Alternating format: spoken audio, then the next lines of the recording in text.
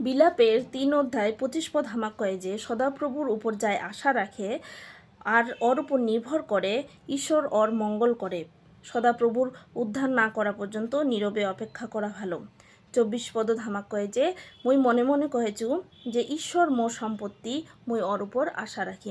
আমার যদি দেখি যে না, ঈশ্বর কইছে যে যায় ঈশ্বরের উপর আশা রাখে, নির্ভর করে, ঈশ্বর ওর মঙ্গল করে।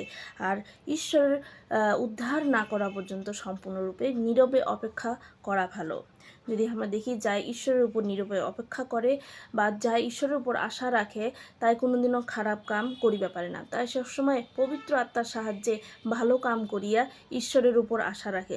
আর তার মনত পুরা নিশ্চয়তা থাকে, বিশ্বাস থাকে যে ঈশ্বর মোক উদ্ধার করিবে। আর এই বিশ্বাস একমাত্র ঈশ্বর পবিত্র আত্মার মধ্যে দিয়ে সেই যা ঈশ্বরের উপর আশা রাখে তার মনত দিয়া থাকে।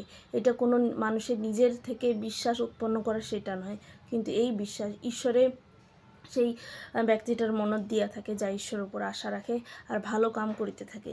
কিন্তু যায় ঈশ্বরের উপর আশা রাখে না বা যা ভালো কাম করে না, তার মনত কোনো সময় সেই বিশ্বাস আশা আসে না বা নির্ভরতা আসে না।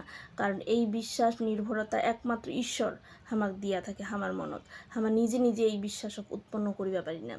যদি আমরা ভালো কাম করিতে থাকি, ঈশ্বরের উপর আশা রাখি, যীশু খ্রিস্টের মধ্যে দিয়ে আমরা সবসময় সত্য ন্যায্য পথ চলি, তাহলে পবিত্র আত্মার মধ্যে দিয়ে ঈশ্বর সবসময় আমার মনে দৃঢ় নিশ্চয়তা থাকিবে। আর এই দৃঢ় নিশ্চয়তা একমাত্র যেটা সত্য, এটা কোনো মিথ্যা নয়।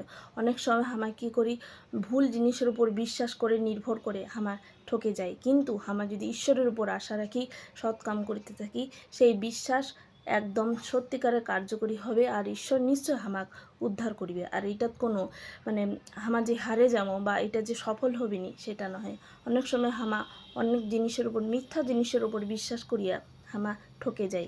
কিন্তু যাই ঈশ্বরের উপর বিশ্বাস করিব, কোনোদিনও ঠকিব নাই।